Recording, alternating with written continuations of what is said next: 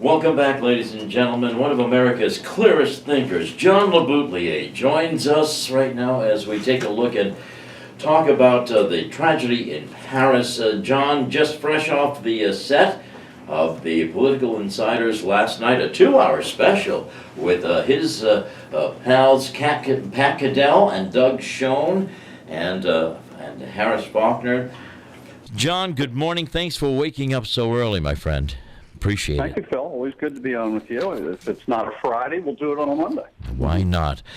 Well, I'd like to start with a Friday morning with the president saying that, Al-Qaeda has been contained. I want to start there and then follow the timeline. Is this a troublesome statement for the president to have said that and then hours later all hell break loose? I think it's very troublesome, but it fits a pattern with this Obama administration and ISIS. They have been in denial all along. You remember a year and a half ago, actually 2 years ago, January coming up, 2013, he made the statement that they're the, quote, JV. Right. And, you and I might not have known the truth back then, but we're not paid to. But the intelligence community and the President of the United States in charge of national security have misestimated or underestimated the power of these people, and repeatedly. Then we had the beheadings of Mr. Foley and the other guys during the golf vacation in Martha's Vineyard in 2014, and we were told then, well, we don't have a strategy yet on how to deal with ISIS. Then a few months ago, which is a year and a half later, we're told we still don't have a strategy. This is from the administration themselves, admitting they don't have a strategy. Right. You really have to wonder what these people do all day. I mean, how do they not have a strategy? And is that coming back to bite them now in view of what happened? I think so. I think heavily, don't you? Absolutely. And this leads me. It's a disaster. Later on today, John, the president is going to have a press conference from Turkey. What can he say? What should he say in view of all that has gone on now? He's talked to Putin yesterday. Undoubtedly, he's talked to President Hollande. That he knows what you and I don't yet know, and your listeners, we haven't been told, but it sounds like NATO is going to invoke Article 5, which says if one state of NATO, one country of NATO is attacked, it's considered an attack on all of them. And France wants to invoke that and get a war going against ISIS, and we are obligated under Article 5 to go along with it. Now, in the past, when NATO fights, America does the real fighting and leading. We run it.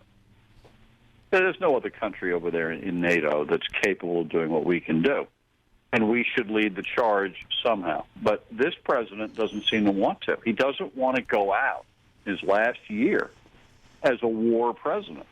He sees himself as a peace president who was reelected to get us out of Iraq and Afghanistan and focus on global warming and all this other stuff. But times are calling on him to get going, and so far he hasn't done it. And if the president believes this illusion that he's in, you said something last night that struck me. You said that perhaps they're giving him information that this war is better than what it really is by cooking the books at the Pentagon. Explain what you meant by that.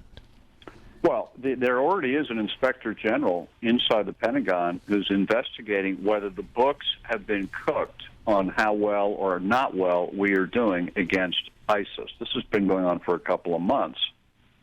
But I'm not alleging that – I could allege, but I don't know, whether the generals and the intelligence people are telling Obama the truth or whether the whole fraud is against the American people so that we think everything's in good shape, which goes along with him saying, oh, yeah, we've got them contained, and they're the JV, and they're nothing to worry about, blah, blah, blah, blah, blah. Right.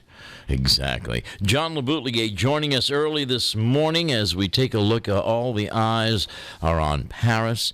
And is it ironic that, war games are played on these PlayStations, and yet this could have entered? Is this insanity, John? That they could have used a PlayStation 4 to communicate? That's what a guy told me earlier today on a radio show, that's what he heard. Yeah.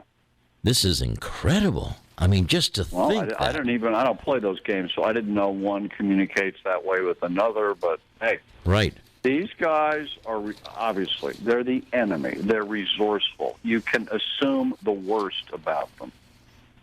Absolutely right. I do want to ask, politically, how does this now reshape the presidential election, the whole campaign on both sides, John? Yeah, well, this thing is going to refocus the campaign for the time being on this thing, and Obama's response, which will start today in the press conference. You know, I'm struck by Obama and his thing that I never had heard of till the Libya conflict, called leading from behind. Right.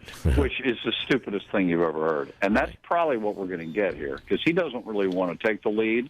Mm-hmm. So we'll go along with the French and NATO as little as we can, and that's what Obama will call leading from behind. And there is the diminution of American influence in the world, which he's already brought about.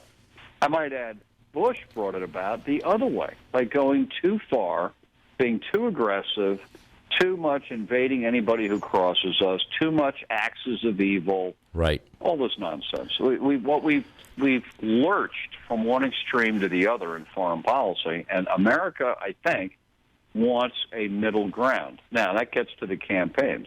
There are no candidates running for the middle ground. You have the extremes like Rubio and Lindsey Graham, who want to go fight everywhere all the time, bomb everybody. You have Rand Paul, who's going nowhere, but he's an isolationist. Right. You have Trump, by the way, who said, I want to bomb the you-know-what out of them, which is an emotional statement that now looks pretty good.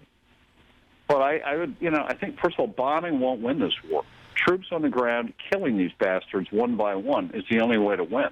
And bombing will soften up places, but you have to go on the ground. I mean, World War II, every war ends up the infantry, the ground troops, engage the enemy ground troops and kill them. Yep. That's what's got to happen. And it hadn't happened. In ISIS, they're having a few trucks bombed from the air, great, but that doesn't really do anything. No, you can't win this one by remote control, that's for sure. But by the same token, John LeBoutillier joining us, ladies and gentlemen, a political insider. Isn't it ironic that the French would be leading America and everyone else in this? The far cry from the days of freedom fries and all the people getting mad at the French. But see, here's the thing. I never bought any of that stuff. The reason the French didn't go in with us to Iraq in 2003 was because they looked at the intelligence that Bush showed them, and they didn't buy it. They said, this is baloney. We're not buying it. And instead, Bush turned. In those days, Bush could do no wrong. Right? Yeah. So he turns it against the French. Oh, they're cowardly. Yeah, the French, they're wimps. No, the French are not wimps. And the French, we wouldn't be a free country today if it weren't for the French coming in with us against the British in the Revolution. Absolutely.